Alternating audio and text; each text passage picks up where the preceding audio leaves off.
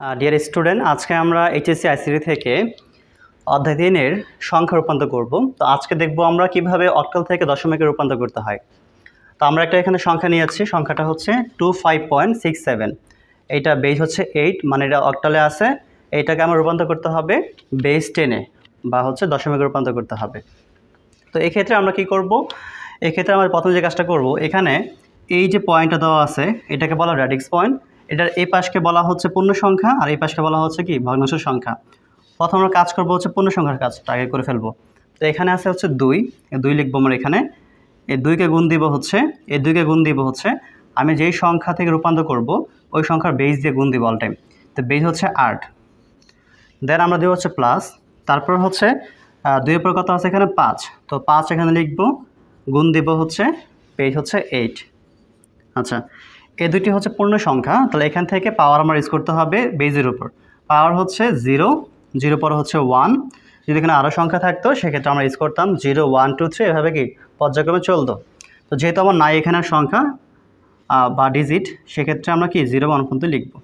তারপর হচ্ছে ভগ্নাংশের কাজ, এখানে হচ্ছে 6 গুণ দিব হচ্ছে এই বেস দ্বারা, বেস হচ্ছে 8, আবার প্লাস দিব, দেন হচ্ছে 7, এই 7কে আবার গুণ দিব হচ্ছে আমরা বেস দ্বারা 8 দিয়ে।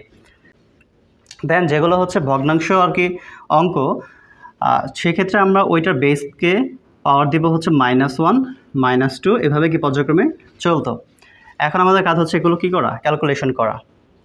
তো 8 পাওয়ার হচ্ছে 1 ইন্টু হচ্ছে 2, এইটাকে ক্যালকুলেশন করলে আসবে হচ্ছে 16। দেন হচ্ছে 8 পাওয়ার 0 ইন্টু হচ্ছে 5, যদি 8 পাওয়ার 0 করা হয় ভ্যালু হচ্ছে 1 আসবে। আর আমরা জানি যে লগের একটা ফর্মুলা এরকম আছে যে a পাওয়ার 0 ইকুয়াল টু হচ্ছে 1। যদি কোনো সংখ্যার উপর 0 থাকে এর ভ্যালু হচ্ছে 1 হয়ে যায়। তাহলে 1কে 5 দিয়ে গুণ দিলে হবে 5, দেন আবার প্লাস, দেন হচ্ছে এখানে আছে 8 পাওয়ার -1 গুণ হচ্ছে 6। তো আমরা এই কাজটা করে ফেলবো।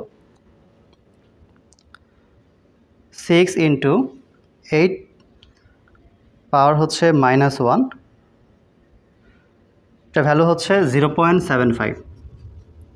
দেন হচ্ছে 7 ইন্টু 8 পাওয়ার -2, তো এটাকে আমরা ক্যালকুলেশন করি তাহলে কত আসবে, 7 ইন্টু 8 পাওয়ার হচ্ছে -2, এটার ভ্যালু হচ্ছে 0.109375।